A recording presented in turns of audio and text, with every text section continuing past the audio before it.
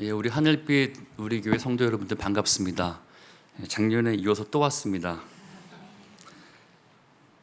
이 시간은 선교적 삶을 위한 하나님의 설계라는 제목으로 주님 말씀을 나누고자 합니다. 우리가 이 선교라는 것이 방금 감동적인 영상도 보고 선교 삶 이야기도 나왔는데요. 선교가 사실 교회의 사역이기 이전에 실은 하나님의 사역이고, 또 이번 선교 축제 주제 말씀처럼 이 성부 하나님이 성자 예수님을 보내시고 또 성부 성자께서 성령을 보내시는 이것이 하나님의 사역입니다. 그래서 이 선교는 우리가 한국 선교가 본격적으로 시작된 것이 88년으로 보고 있습니다. 해외여행 자유화가 되고, 그래서 약 37년 동안 열심히 정말 세계에서 정말 자타가 공인할 정도로 열심히 한국교회는 선교를 달려왔습니다. 그러니까 지금쯤 한번 저 그림처럼 우리가 이 설계도대로 건물을 잘 짓고 있는지, 제가 찬양을 아까 드리는데 이 작은 오케스트라의 소리가 참 듣기 좋았습니다. 그런데 여러분, 이 오케스트라를 한동안 연주했으면요, 그 다음에는 뭘 해야 됩니까? 조율을, 튜닝을 해야 됩니다. 절대음이 필요합니다. 그래서 한동안 연주를 하고 한동안 사역을 했던 우리 한국교회의 선교, 우리가 달려왔던 길이 이 하나님의 선교의 도면에 따라 지어지고 있는지 그 절대음을 한번 듣고자 합니다.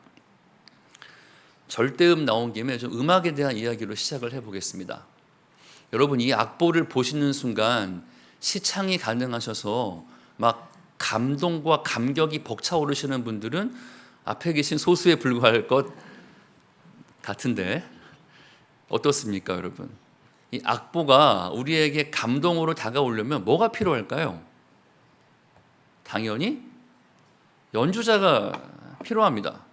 연주자를 통해 연주를 들었을 때 우리가 이게 이렇게 곡 해석이 가능하고 이 작곡자의 의도가 이거였구나라는 걸 깨닫게 되는 겁니다. 그러면 여러분, 이건 어떻습니까? 성경 말씀이, 우리가 성경을 문자로 보고 계십니다. 여러분 앞에 있는 성경책은 엄청나게 많은 글자로 되어 있잖아요.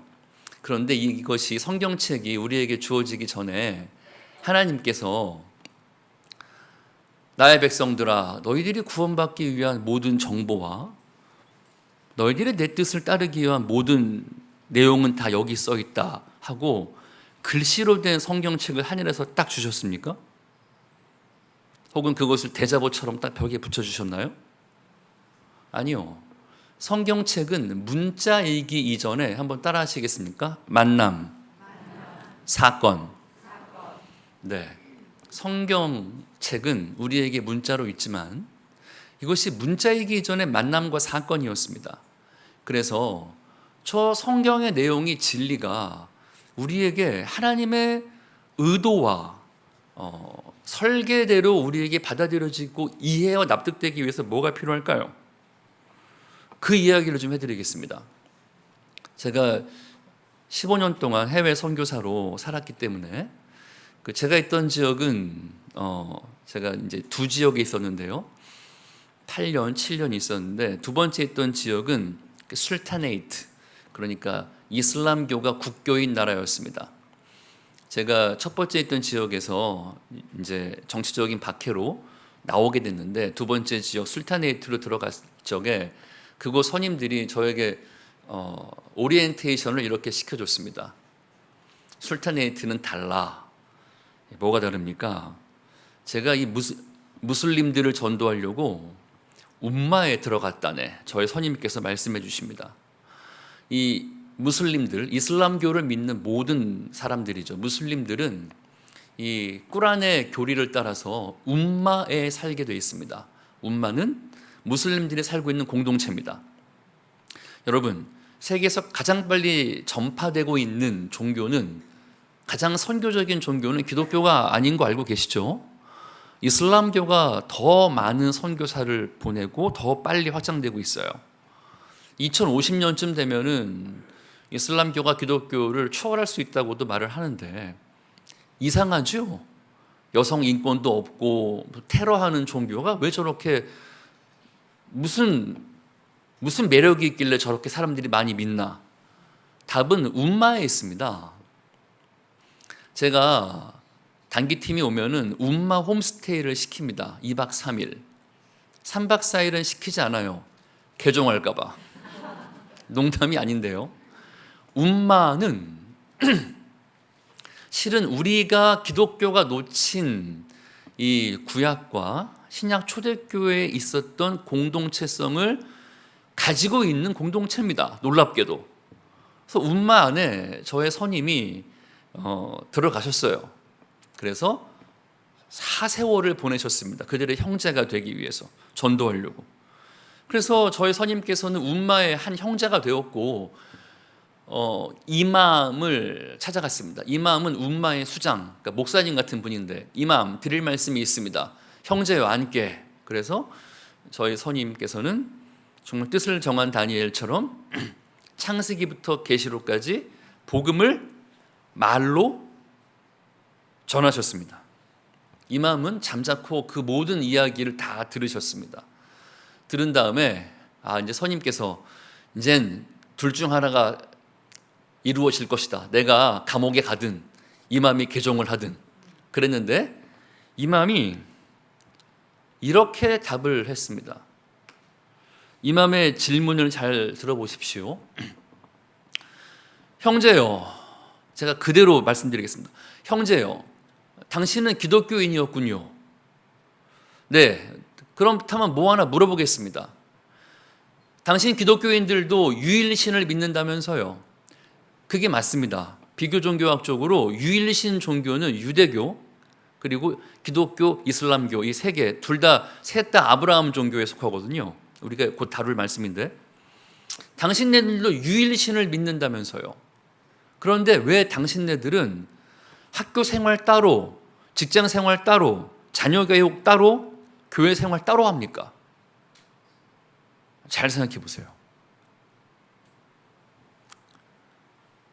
당신이 지금 나에게 말한 그 복음의 진리를 말로 썰로 풀지 말아 주십시오. 그거는 이단들이나 하는 겁니다. 당신의 말이 맞다면 그렇게 살고 있는 사람들을 좀 보여주십시오. 왜냐하면 진리는 공동체를 통해서 증명되는 것이기 때문입니다. 라고 이맘이 말을 했습니다. 저의 선임은 크게 한 방을 먹으셨고, 근데 이 고민이 하늘빛 우리 교회 정도 레벨이 되시니까 실상을 말씀드리자면은 심심치 않게 움마에 들어가서 사역을 하다가 이슬람교로 역개종하시는 분들이 간혹 나옵니다.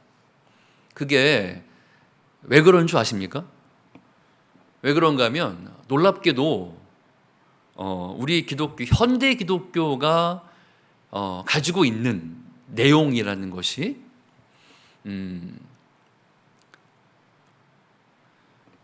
수학 공식 같은 복음, 하나님 세상을 지으셨습니다. 당신은 죄를 범했습니다. 예수님이 그 죄를 위해서 오셨습니다. 영접기도 하고 구원받읍시다. 이 수학 공식 같은 복음과 이것을 믿고 받아들인 후에는 지옥 가지 않는다는 그 복음. 여러분 복음을 왜 믿으세요? 천국에 왜 가시고 싶으세요? 지옥 가면 안 되니까? 거기까지입니까?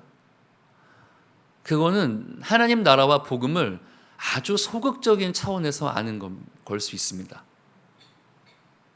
적극적으로는 천국은 파라다이스가 아니죠. Kingdom of Heaven은 마태복음에는 천국이라고 말하지만 다른 복음서에서는 하나님의 나라라고 말합니다. Heaven은 하나님이라는 용어를 구약적 배경에서 좀 함부로 쓰기 어렵기 때문에 천국, 하나님의 하늘나라라고 말했지만 하나님의 나라를 말하죠. 킹덤의 핵심은 킹십, 왕권에 있습니다. 천국은 하나님의 다스림 안에 내가 들어가는 겁니다. 그거를 기꺼이 살고자 하는 거예요. 킹덤의 핵심은 킹십이고 킹십의 핵심은 바로 왕 대신 하나님의 다스림이 옳고 나에게 좋고 내가 그 다스림 안에 들어가는 것이 생명길이다 라는 걸 인정하는 거죠. 그것이 샬롬입니다. 샬롬. 샬롬은 뭔가 하면은 내가 느끼는 마음의 평안이 아니라 하나님의 통치만 있는 상태를 말합니다. 그런데 이 무슬림들이 물론 그들의 종교는 그릇되었습니다. 그런데 적어도 그들이 입으로 고백하는, 그들도 아브라함을 고백하거든요. 아브라함 신앙을 고백하는 그 유일신의 통치에 맞춰서 살려고 공동체가 그 결을 함께 만든다는 겁니다. 너무 도입이 무겁죠. 그런데 이 고민을 왜 하는 줄 압니까? 왜 그런가 하면은 우리가 이제 곧 아브라함의 이야기로 들어갈 텐데요. 아브라함이 창세기 12장에 나옵니다. 창세기 1장부터 11장까지의 내용이 뭔가 하면은 하나님이 창조하셨지만, 즉 하나님의 킹십, 하나님의 킹덤이 존재했었는데 그 킹십, 하나님의 왕권에 대항하는 사건들이 발생을 합니다. 아담과 하와가 선악과를 먹은 거예요. 선악의 판단은 하나님께 속한 것인데 인간이 하나님 그동안 즐거웠습니다. 선악 판단은 제가 하겠습니다. 라고 돌아선 것입니다. 이것이 모든 인류 문명의 디폴트 값, 기본값입니다. 한번 생각해 보십시오. 아담과 하와가 선악과를 따먹은 후에 그 다음 생긴 일이 뭐예요? 그들의 자식 가인과 아벨이 예배드리다가 아벨은 은혜를 받고 가인이 은혜를 못 받으니 형이 동생을 예배드리다가 쟤를 죽여야겠다 이런 마음을 품습니다. 여러분, 이게 얼마나 그릇된 생각이에요? 선악의 판단을 인간이 하게 된 겁니다. 그래서 아벨이 죽고 가인은 쫓겨납니다. 그래서 가인성을 만들어요. 이낙시티라고 가인성을 만듭니다. 가인성의 문화가 어땠습니까? 놀랍게도 그들은 철기, 인간이 이때 900살까지 살았습니다. 여러분, 아브라함 때도 청동기예요. 철기 문명이 언제 나오냐면은 그 다윗 왕 때가 돼서야 몇몇이 철기 무기를 가지고 있습니다. 그런데 한참 전이었던 가인성에 철기 문명이 있었고 음악과 향락이 있었죠. 두발 가인이 나오고 퉁소를 부는 자가 나오고 일부 다처가 나오고 폭력과 살인이 나옵니다. 마치 오늘날 헐리우드 영화와 같은 그런 사회가 점점 확장되어서 노아의 8식구밖에는 정말 의인이 없는 그런 시대가 된 겁니다. 그래서 하나님께서 홍수를 통해 그들을 심판하시죠. 여러분, 이것을 한번 굉장히 진지하게 받아들여 보십시오. 8명 빼고 지구 전체의 인간이 다 죽었다. 몇 명이 죽은 게 아닙니다, 여러분. 노아 시대 인구 검색해 보시면은 최소 10억 봅니다. 많게는 70억까지 보고요. 왜냐? 노아 때, 아담으로부터 노아 때까지 1600년이 지난 뒤였고 공해가 없었고 900살까지 살았거든요. 그래서 방주에 나온 사람들을 향해서 하나님께서 다시 기회를 주십니다. 생육하고 번성하고 흩어져라. 비가 와도 놀라지 말아라. 너희를 멸망시키지 않는다. 내가 무지개를 두었다. 무지개를 보고 나를 믿어라. 안심하고 흩어져라. 그런데 인간이 안심하고 흩어집니까? 아니요.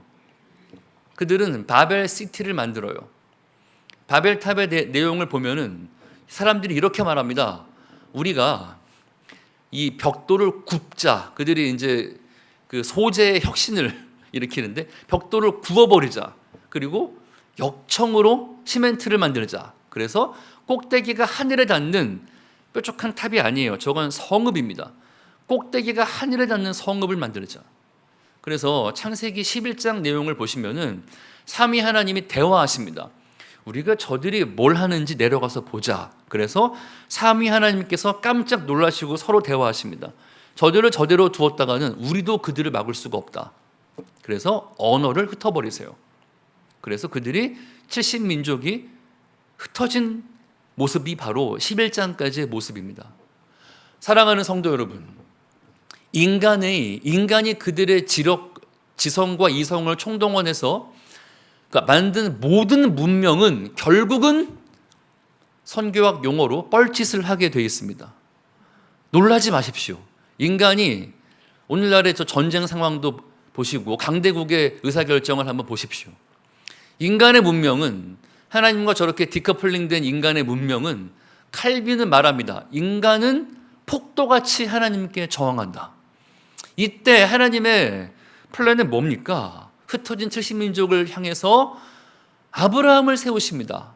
우리 하늘빛 우리 교회 성도님들은 이 본문이 너무 익숙할 것 같아서 일부러 읽지 않았는데, 하나님께서 아브라함을 부르세요. 너는 너의 고향과 친척과 아버지의 집을 떠나 내가 너에게 보여줄 땅으로 가라. 내가 너로 큰 민족을 이루고 너에게 복을 주어 내 이름을 창대케 하리니 너는 복이 될지라. 너를 축복하는 자에게 내가 복을 내리고 너를 저주하는 자에게 내가 저주하리니, 다 같이 시작.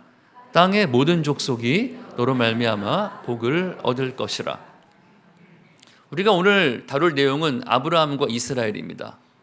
네, 제가 구약의 기초를 깔고 7분의 강사님들이 꽃을 피우실 것 같습니다. 아브라함이 우르에 살다가 하란으로 부름받고 보내받습니다.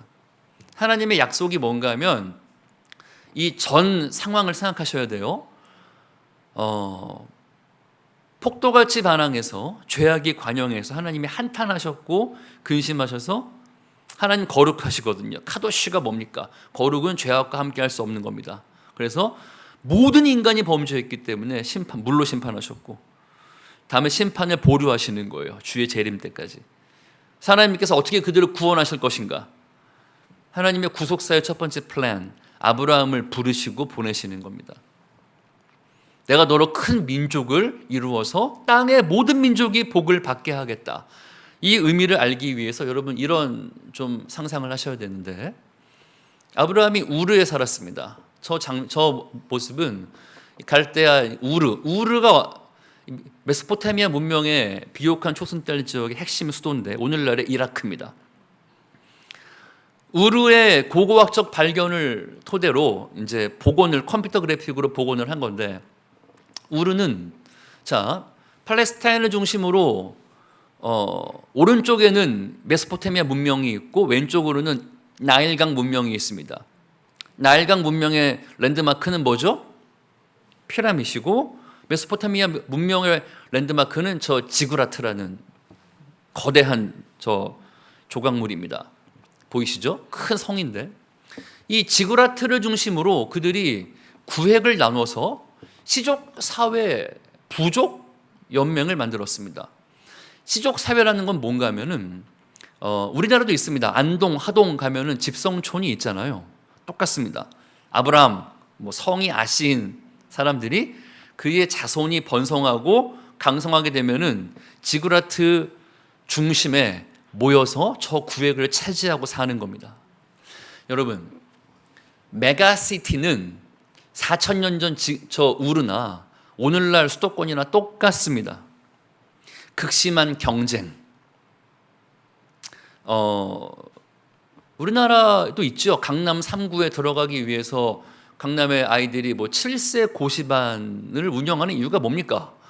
강남 3구를 물려주기 위한 똘똘 뭉친 건데요. 상상해 보십시오. 저 지구라트를 중심으로 힘이 있는 그 성씨들이 군집을 해서 몰려가서, 그렇지 못한 약소한 성씨들은 밖으로 밀려가는 건데, 아브라함 문제가 뭐예요? 여러분, 시족 사회에서 가장 곤란한 거는 씨가 없는 겁니다. 마치 오늘날 자본주의 사회에서 가장 곤란한 것은 돈이 없다는 것처럼, 아브라함 문제가 뭔가 하면 75세가 될 때까지 씨가 없다는 겁니다. 그러므로 하나님께서 아브라함을 이렇게 부르셨을 때 아브라함의 상태는 이런 겁니다. 중노년 될 때까지 아무 기반을 만들지 못한 사람의 공포, 외소감을 말하죠. 하나님께서 이런 일을 자주 하십니다. 지금 저 중앙에 몰려 살고 있는 강성한 사람을 부르신 게 아니라 굳이 비유하자면은 저 우르 제일 어딘가 끝쪽에, 그쵸? 힘없는 시족의 어디 가장 끝쪽에서 끝모퉁이 간신히 잡고 있는 씨가 없는 아브라함에게, 아브라함아, 이거 좋아 보이니? 다들 저 지구라트 중앙에 강남 3구에 들어가지 못해 우울증 걸려 있는데 이거 좋아 보이니? 내가 주고 싶은 복은 이게 아니다. 떠나라. 내가 네가 복이 되게 하겠다. 너로 큰 민족을 이루어서 내가 정말 모든 민족에게 주고 싶은 복이 뭔지 널 통해 보여주겠다. 아브라함이 떠납니다. 근데 우리는 이렇게 질문해야 돼요. 어떻게 그것을 이루시겠습니까? 왜냐하면은 여러분, 아브라함이 75세라면 사라가 10살 연하니까 65세입니다. 하나님께서 하시는 선교의 결을 보면은 하나님께서는 세상적으로 봤을 때 죄송합니다. 좀 약간 모자르는 사람들을, 그것도 소수의 사람들을 택하셔서 이런 말씀을 종종 하세요. 땅의 모든 민족을 널 통해 복을 주겠다. 또 예수님께서는 12 제자들 갈릴리 어부들을 택하셔서 너희에게 지구를 맡긴다. 좀 나오겠지만 이제 이스라엘 애굽의 노예로 살았던 정말 찌끄레기 민족들을 불러다가 온 세상을 너희에게 맡긴다. 이런 말씀을 하시거든요. 이게 하나님이 즐겨 사용하시는 하나님의 문법 체계입니다. 우리도 그 안에 있는 겁니다. 그럼 우리는 이렇게 물어봐야 돼요. 무슨 수로 하나님께서 아브라함 그 75세 될 때까지 씨가 없는 그 정말 세상적으로 소망이 없는 떡잎이 노란 그 노부부를 통해서 어떻게 모든 민족에게 복을 주시려 하십니까? 오늘 이 얘기를 드리려고 하는 겁니다. 이것이 오늘 읽은 본문이죠. 이 how 학교가 있는데 하나님께서 어떻게 이것을 이루실 겁니까? 오늘 이 본문을 가만 보십시오. 아브라함은 강대한 나라가 되고 천하만 믿는 그로 말미암아 복을 받게 될 것이 아니냐. 이거 지금 창세기 18장 내용입니다. 하나님의 계획은 아브라함을 내가 너로 큰 민족을 이루게 하겠다. 그렇죠? 하나님 플랜이 뭔가? 내가 아브라함은 강대한 나라가 되고 땅의 모든 민족이 널 통해 복을 받는다. 천하만 믿는 그로 말미암아 복을 받게 될 것이 아니냐. 하나님이 아시고 계세요. 어떻게요? 이겁니다. 그 다음 문맥 같이 읽어볼까요? 시작. 내가 그로 그 자식과 건속에게 명하여 여호와의 도를 지켜 의와 공도를 행하게 하려고 그를 택하였나니 이는 나 여호와가 아브라함에게 대하여 말한 일을 이루려 함이라. 와우. 하나님께서 어떻게 아브라함 통해서 천하 만민이 복을 받게 하십니까? 그것은 내가 그로 그 자식과 건속에게 명하여, 아직 이삭 태어나기 전입니다.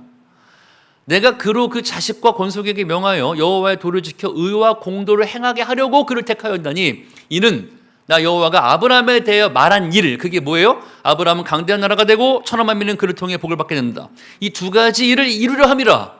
이것이 어떻게 이루어진다고요? 아브라함이 그의 자식과 건속, 즉 그의 자식과 그의 씨와 가족에게 여호와의 의와 공도를 가르치게 함으로써 이 일이 이루어진다. 이 일을 좀 더 자세히 한번 분해해 보겠습니다. 여러분, 의가 뭐예요? 의와 공도. 의는 히브리어로 이 ጼ다카라고 하는데, ጼ다카를 번역하면은 다양한 번역이 있습니다. 뭐 의무, 이런 당위, 이런 번역이 있는데 그것의 핵심 의미는 뭔가 하면 바로 charity, loving, giving, 나누어 주는 겁니다. 사랑이에요. ጼ다카의 핵심은 사랑입니다. 그래서 여러분, ጼ다카는 유대인들에게 뜻이 저금통이에요. 저금통. 유대인 가정에 가시면 저희 집에도 있습니다. 꼬마가 어릴 때부터 용돈을 받으면은, 여러분, 용돈은 인간은요 돈 있고 시간 있고 체력 있는 것만큼 자기 왕국을 만들고자 합니다. 어린아이들이 돈 받으면 금방 알아요. 아이스크림 편의점 가서 뭘 살까, 인형 뽑기를 할까, 애들이 계획을 하는데, 그 꼬마들이 돈이 주어지면 그 기회비용 가운데 유태인들은 가장 먼저 얼마 가운데 떼서 ጼ다카 저금통에 고사리 손으로 딸랑 떨어뜨리게 되어 있습니다. 그 ጼ다카 저금통은 바로 구제 헌금이에요.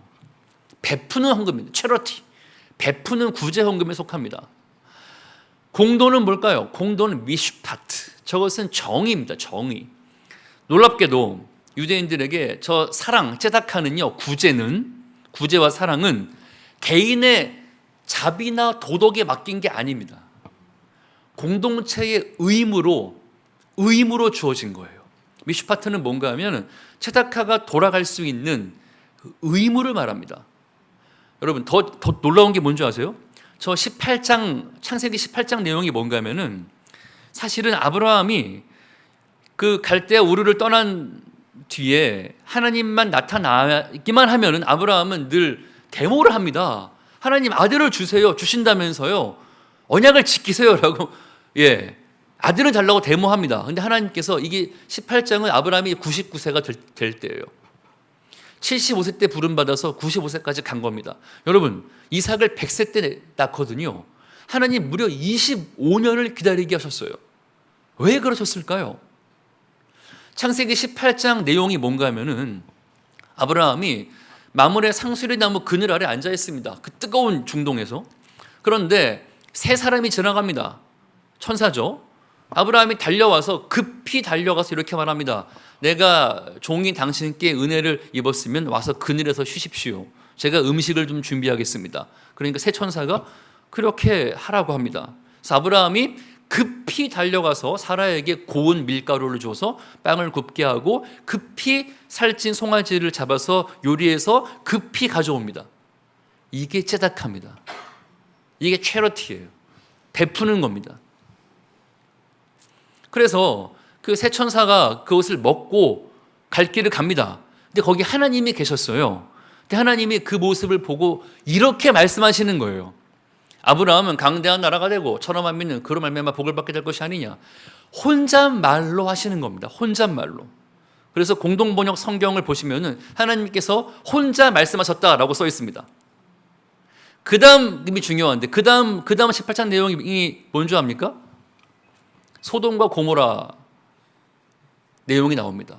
하나님께서 아브라함에게 말씀하세요. 내가 지금 소돔과 고모라 가는 중이야. 거기가 죄악이 관영했다는 소식을 들었다. 그러니까 아브라함이 갑자기요 정의 배틀을 합니다. 하나님께. 하나님 부당합니다. 그 의인이 살고 있는데 어떻게 악인이 악을 범했기로 소니 의인을 함께 멸하십니까? 천하를 세상을 심판하실 분이 공의로워야 하지 않겠습니까? 의인 50이 있다면 어떻게 하시겠습니까? 그 성을 멸하지 않겠다. 이 본문 아시지요?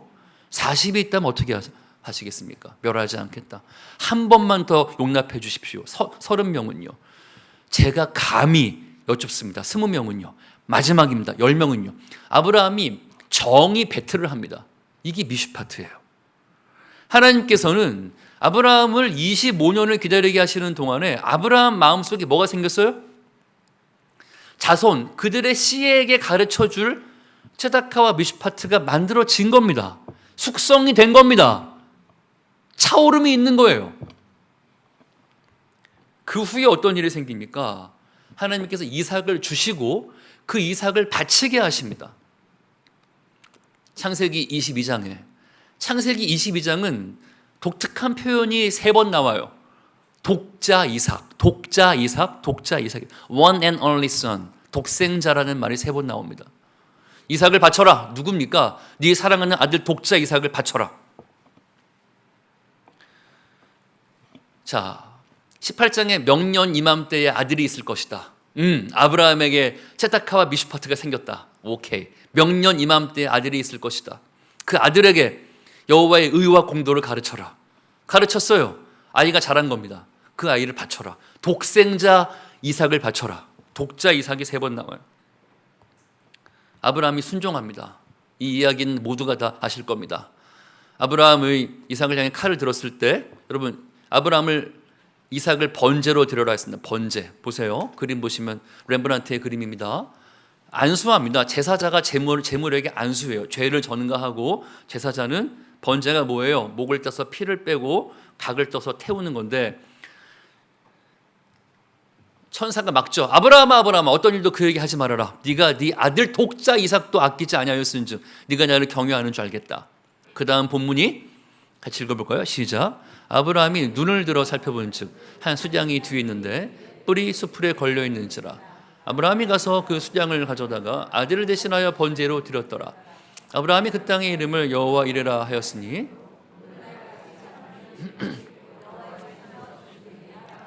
자, 여러분, 저 산이 모리아 산이고 모리아 산은 예루살렘 성입니다. 위치가 똑같습니다. 모리아 산은 곧 다윗 성이고 예루살렘 성전이 거기 서서 수많은 양들이 죽었고 마지막에 하나님의 어린 양 예수님이 죽으셨던 땅이 바로 저 땅입니다. 한 수장, 생각해 보세요. 아브라함의 죄와 이삭을 대신해서 대신 죽는 하나님의 산에서 준비된 한 수장, 누굽니까? 예수님이십니다. 아브라함이요, 안 거예요. 독자 이삭, 독생자가 계속 나오거든요. 아브라함이 깨달은 겁니다. 하나님께서 지금 독생자를 주시는 그 마음을 나와 함께 나누시고 있다. 그래서 아브라함이 여호와 이레를 고백합니다. 뜻이 뭐예요? 우리에게 정말 필요한 그것은 여호와의 산에서 준비된다. 근데 그 여호와의 산에서 준비된 것이 뭐예요? 하나님이 주시는 째다카. 여러분, 하나님이 우리를 가장 사랑하셔서 하나님의 loving, giving, charity가 뭐예요? 하나님 우리를 사랑하셔서 여러분에게 정말로 주신고자 하시는 것이 무엇입니까? 누굽니까? 독생자 예수님이죠. 이걸 아브라함이 경험한 겁니다. 하나님이 우리에게 정말 주시고자 하시는 째다카는 바로 하나님에서 산에서 준비된 하나님의 한 수장 예수님이다 깨닫고요. 그 다음 발견한 게 뭡니까? 여호와께서 이렇게 아브라함이 여호와 이레 고백하니까 여호와께서 이렇게 말씀해 주십니다. 내 씨가 3번 나와요. 저 씨가 누군지 무엇인지 생각해 보십시오. 여호와께서 이르시기를 내가 나를 가리켜 맹세하노니 네가 이같이 행하여 네 아들 독자 또 아끼지 아니하였은즉 내가 너에게 큰 복을 주어 내 씨가 크게 번성하여 하늘의 별 같고 바다의 모래와 같게 하겠다. 이 씨가 뭘까요? 구약의 이스라엘, 신약의 하나님 백성 모두를 말합니다. 어거스틴은 이렇게 말했어요. 아브라함은 구약 인물이 아니다. 왜? 아브라함은 율법 이전의 사람이고 신구약 통틀어 우리의 믿음의 조상이기 때문이라고 말했습니다. 첫 번째 씨는 하늘의 별, 바다의 모래 같은 이후로 모든 구원받은 하나님의 백성을 말합니다. 그리고 내 씨가 그 대적의 성문을 차지하리라. 이 씨가 누구일까요? 뱀의 머리를 밟는 여인의 후손 예수님 말합니다. 마태복음 1장 1절에 아브라함과 다윗의 자손 예수 그리스도의 계보라. 그 다음 보세요. 또 내 씨로 말미암아 천하 만민이 복을 받을 것이다. 이건 누굴까요? 이건 복합적입니다. 사실 저 세 씨는 다 복수형입니다. 굉장히 선지자적인 관점에서 현재와 미래를 내다보는 개념인데 세 번째 씨는 하나님 백성을 말하죠. 하나님의 선교적 백성을 말합니다. 천하 만민이 복을 받게 하겠다는 아까 아브라함 언약이 뭐예요? 내가 너에게 복을 주어 내 이름을 창대케 하리니 너는 복이 될 것이고 천하 만민은 널 통해 복을 받는다. 18장에서는 아브라함은 강성한 나라가 되고 천하 만민은 그를 통해 복을 받게 될 것이 아니냐. 그것이 어떻게 이루어집니까? 아브라함의 씨를 통해서. 그러므로 하나님의 사랑, 하나님의 째다카가 구현되는 미슈파트가 뭐예요? 바로 아브라함의 씨예요. 공동체입니다. 이스라엘이에요. 신약의 영적 이스라엘, 교회입니다. 그래서 이스라엘은 이런 전통이 있어요. 가장이 자녀, 씨에게 말씀을 가르치지 않으면 죽는다라는 깊은 확신이 있습니다. 여러분 보실 적에 저 좌측 하단에 있는 유대인 교육에 대해 조금 말씀드리겠습니다. 유대인들은 아이가 3살이 되면은 3살 아이를 식탁 위에 올려놓습니다. 저렇게. 그리고 엄마 아빠가 유대 정복을 입고 딱 서요. 그럼 아이가 놀라죠. 엄마 아빠가 3살 박이 아이 앞에 정색을 하고 딱 서 있습니다. 그런 다음에 엄마 아빠가 얘야 이리 온 합니다. 그럼 아이가 안심을 하고 엄마 아빠에게 안기는데 엄마 아빠가 뒷걸음칩니다. 아이가 식탁에서 꽝 떨어져요. 아이가 위험하죠. 코가 깨질 수도 있고 이빨이 깨질 수도 있습니다. 아이가 너무 놀래서 울죠. 그럼 엄마 아빠가 아이를 딱 안고 이렇게 말합니다. 애가 3살이에요. 얘야, 지금부터는 엄마의 말도 믿지 말고 아빠의 말도 믿지 말고 오직 여호와 하나님의 말씀만을 믿어야 한다 라고 평생 지워지지 않을 교훈을 줍니다. 그때부터 10년, 13세가 될 때까지 아버지는 저녁 약속을 못 잡죠. 토라 교육을 합니다. 이스라엘이 여러분 생각해 보세요. AD 70년에 로마 티투스에 의해서 멸망당한 후에 2000년 만에 다시 모였는데 그들의 언어를 다 기억합니다. 어떻게? 유대 템플릿 교육을 시킨 겁니다. 바꿔 한번 생각해 보면 좋겠어요. 한국 어떻습니까? 한국에서 아이를 성공시키기 위해서 필요한 거는 할아버지의 경제력, 엄마의 정보력, 아빠의 무관심. 입틀막이에요. 아빠가 말하면 아이들이 열받는답니다. 여러분, 이거 하나님의 설계가 아니에요. 오늘 주제가 하나님의 설계인데 하나님의 설계는 뭔가 하면 가장이 자녀에게, 윗세대가 그 다음 세대에게. 저는 결혼 안 했는데요. 괜찮습니다. 예수님 결혼하셨어요? 예수님에게 12제자가 있었고 바울에게는 디모데가 있었습니다. 괜찮아요. 윗세대가 다음 세대에게 말씀을 가르쳐야 됩니다. 그래서 민족이 생깁니다. 민족. 이것이 이스라엘의 이야기죠. 아브라함이 이삭을 낳고 이삭이 야곱을 낳고 야곱이 12아들을 낳았고 요셉 때에 애굽에 들어가서 그 70명의 가족이 430년 지나는 동안에 민족이 되었습니다. 그래서 그들이 출애굽을 했어요. 두 번째 본문입니다. 출애굽시킨 하나님의 목적과 의도가 무엇일까요? 다 같이 시작. 내가 애굽 사람에게 어떻게 행하였음과 내가 어떻게 독수리 날개로 너희를 업어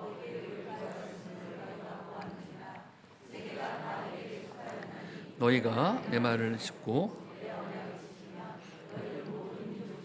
내 소유가 되겠고 너희가 내게 대하여 제사장 나라가 되며 거룩한 백성이 되리라.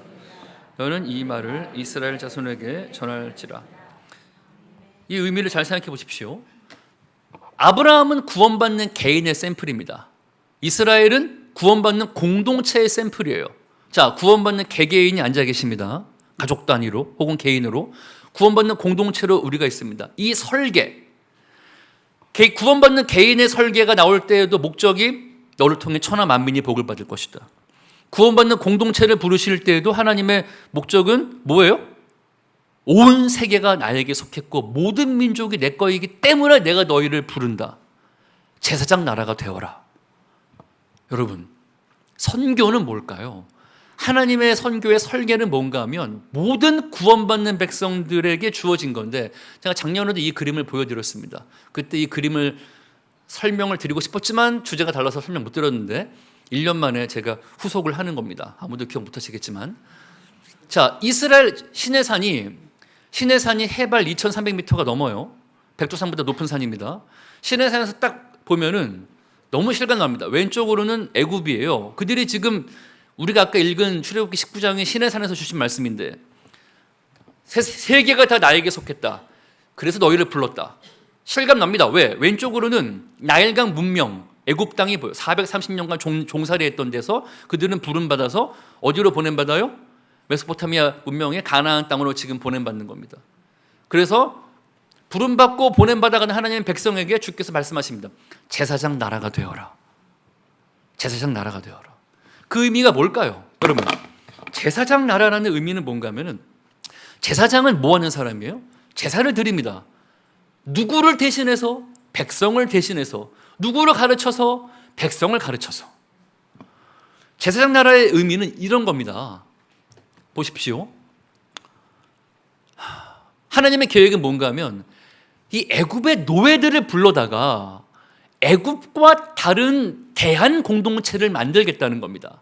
그 대한 공동체의 핵심 가치가 제사장 나라예요. 그 의미가 뭔지는 율법에 다 나와 있는데 제가 압축해서 알려드리겠습니다. 율법은 헌법이 있어요. 율법의 헌법은 뭐예요? 10계명입니다. 10계명의 정신이 뭐예요? 하나님 사랑, 이웃 사랑입니다. 예수님이 직접 정해 주셨어요. 그러면 헌법은 하나님 사랑, 이웃 사랑인데 그 공동체의 기초가 하나님 사랑은 뭘로 구현돼요? 레위기의 제사법입니다. 5대 제사와 7대 절기를 말하죠. 하나님을 예배하는 삶입니다. 이웃사랑은 어떻게 구현돼요?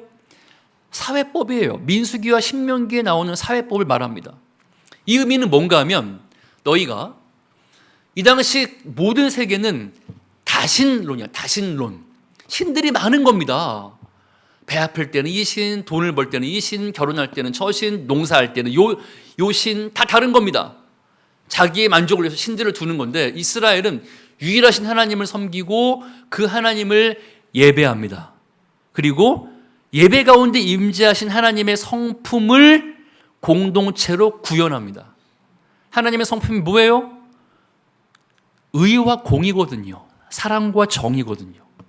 아브라함에게 주셨던 ጼ다크와 미슈파트, 여러분 시편과 선지서 내용 보면은 시편이 말합니다. 하나님의 보좌의 기초가 뭐예요? 의와 공이라고 말합니다. 사랑과 공이에요. 선지서가 이스라엘이 왜 망한다고 말합니까? 너희가 의와 공의를 행하지 않았기 때문에. 그래서 의를 정의를 하수같이 공의를 물같이 흘릴지어다라고 말하잖아요. 그것은 구약 전체를 관통하고 심지어 예수님이 우리의 의다라고 말할 때 그 모든 히브리 번역은 째작합니다. 하나님의 의와 사랑을 경험한 예배로 끝나는 것이 아니라 너희가 예배한 하나님의 성품이 구현되는 공동체를 만들어라. 이것이 제사장 나라의 핵심입니다. 그래서 사회법을 한번 보십시오. 셋째의 11조는 가난한 자를 위해 써라. 여러분 11조는 이스라엘의 네오크라시거든요. 신정국가에서 네오크라시 신정국가에서 11조는 텍스, 국세의 의미를 갖습니다. 세상의 어느 나라가 세수의 3분의 1을 가난한 자를 위해 씁니까? 국세의 3분의 1을 가난한 자를 위해 써라. 일곱째 해가 면제년이다. 이스라엘은 모든 사람들이 남자들이 땅을 받았습니다. 기반이 있어요. 누구의 종이 되지 않습니다. 그런데 꿈을 추구하다가 실패할 수 있죠. 그러면 기반을 빼앗깁니다. 자기 자신이 종으로 팔려갑니다. 율법이 정해요. 형제가 절대로 땅을 잃고 팔렸거든 종 삼지 말고 임금을 줘서 임금 근로자로 대해야 된다. 그리고 7번째 해가 딱 되면은 그가 새 출발할 수 있는 시드머니를 기반을 네가 다시 줘야 한다고 말합니다. 도피성은 뭐예요? 이스라엘은 6개의 구릉지가 있습니다. 요단강을 사이에 두고 구릉지마다 도피성을 만들어라. 왜? 재판은 나의 것이다. 나는 미슈파트 공의의 하나님인데 정의로운 재판 없이 재판은 나의 것. 정의로운 사법 없이 보복자가 그를 죽이는 걸 나는 용납할 수 없다. 그러므로 도로를 닦아라. 율법이 말합니다. 길 닦아라. 길을 닦고 도피성 가는 길이라고 도로 표지판을 만들어라. 고고학적 고증을 따르면은 이스라엘에서 가장 광폭도로가 도피성 가는 길인데 폭이 8에서 16m예요. 여러분, 세계 어느 나라가 도로를 닦을 때는 경제를 위해서만 합니다. 유통을 위해서 도로를 닦는데 이스라엘은 정의를 위해서 도로를 닦아요. 여러분, 이 모든 것들이 그뿐입니까? 뭐 희년 제도부터 시작해서 남녀 평등한 땅의 상속, 지금 봐도 최첨단인 것들이 무려 3,500년 전에 하나님께서 율법으로 주신 거예요. 여러분, 이걸 자세히 율법에 나온 의미가 뭘까요? 하나님을 예배하고 그분의 성품을 담지한 공동체의 문화를 만드는 것은 저렇게 세세하고 엄밀할 필요가 있습니다. 우리가 만약에 하나님을 예배하는 거는 좋아, 은혜를 받아. 그런데 은혜 받은 것을 공동체로 저렇게 섬세하게 구현하지 못한다면 우리는 굉장한 불균형을 가지고 있는 걸로 볼 수가 있어요. 여러분, 그거 압니까? 저의 부모님 세대는 산업화의 시기였기 때문에 기복적인 신앙을 말하면 응답했습니다. 저의 시대는 민주화 시대였기 때문에 대의적인 것을 말하면 마땅히 그래야지 따랐습니다. 근데 지금 MZ들은요, 기복도 안 통하고 대의도 안 통합니다. 뭐가 통하는 줄 알아요? 아름다움. 이렇게 말합니다. 먹고 살만 하잖아. 돌아가잖아. 왜 아름답지 않아요? 아름답지 않으니 진리가 아니군요. 이렇게 말합니다. 폐역한 세대가 아니라. 근데 여러분 보세요. 하나님 만드신 율법은 뭔가 하면은 축복이 넘치고요. 대의적이고 또한 아름답습니다. 모든 세대를 품을 수 있는 선교적인 내용이에요. 그래서 하나님의 자신감이 뭐예요? 너희가 이런 공동체를 만들면 하나님의 자신감을 느껴보세요. 이것이 여러 민족 앞에 너희의 지혜요 지식이라. 여러 민족이 이 모든 규례를 듣고 이르기를 이 큰 나라 사람은 과연 지혜와 지식이 있는 백성이로다 할 것이다. 그들이 놀래요. 두 가지 놀랍니다. 이스라엘의 제사와 사회에 놀랍니다. 그 기도할 때마다 그 신이 가까이 하면 얻는 큰 나라가 어디 있느냐. 그들은 비나이다 아무 신이나 걸려라. 응답됐어. 그러면 나에게 응답한 신이 누군지 궁금합니까? 아니요. 무속이라는 것은 길흉화복입니다. 자기가 빌어서 액을 떼고 복을 받으면 땡입니다. 이스라엘의 신은 유일신이 직접 인격적으로 임재하십니다. 거기에 놀라고 두 번째는 뭐예요? 규례와 법도가 공의로운 큰 나라에 놀랍니다. 그래서 이방인들이 이렇게 고백합니다. 곧 많은 이방 사람들이 가며 이르기를 어떻게 고백합니까? 오라 우리가 여호와의 산에 올라 하나님의 전에 이르자. 이 노래 누가 부르는 거예요? 이방인이 부르는 겁니다. 왜? 참된 배움의 동기, 부러움. 진짜 부럽다. 우리가 못하는 것, 여러분, 우리가 못하는 거는 저런데 어떻게 저렇게 만들었을까? 에이, 답은 저기 있다. 그리로 가자라고 가는 겁니다. 이것이 선교의 역사였어요. 예를 들어볼까요? 자, 여러분, 우리가 이제 오늘 전체 내용에 대한 요약입니다. 아브라함과 이스라엘의 부르심. 우리가 교회가 영적 이스라엘인데 이 교회의 DNA가 바로 아브라함과 이스라엘의 선교적인 부르심인데 하나님의 설계 두 번째가 뭐예요? 사랑과 공의가 구현되는 공동체입니다. 이것은 역사 이래 하나님의 설계가 늘 선교적으로 변하지 않았던 하나님의 선교 성취를 위한 전략이었어요. 역사를 한번 2분만 말씀드려 보겠습니다. 초대교회가 로마의 지배 아래 있었거든요. 초대교회가 군사력이 뛰어났습니까? 아니요. 고린도전서가 말하는 것처럼 너희 가운데 유력한 자가 많지 않다. 문벌 좋은 자가 많지 않다. 세상 하나님께서는 없는 것들을 택하셔서 있는 것들을 부끄럽게 하신다라고 말합니다.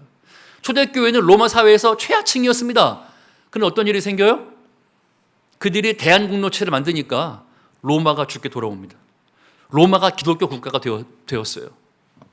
그들은 누구에게 멸망당해요? 중부 유럽 게르만족에게 멸망당합니다. 기독교 로마가 바바리안 야만인들에게 멸망당합니다. 어거스틴이 어떻게 이럴 수가 있습니까? 하나님 기도하면서 책을 쓰죠. 하나님의 도성, City of God. 내용이 뭐예요? 하나님께서는 눈에 보이는 하나님의 도성을 허무심으로 보이지 않는 하나님의 도성을 확장하신다. 어떤 일이 생겨요? 게르만족이 기독교 로마를 점령한 다음에 다시 로마의 복음에 의해서 지배를 당합니다. 그러면 중부 유럽이 복음화 되었어요. 영국과 프랑스가. 그 다음 차례는 뭐예요? 북유럽.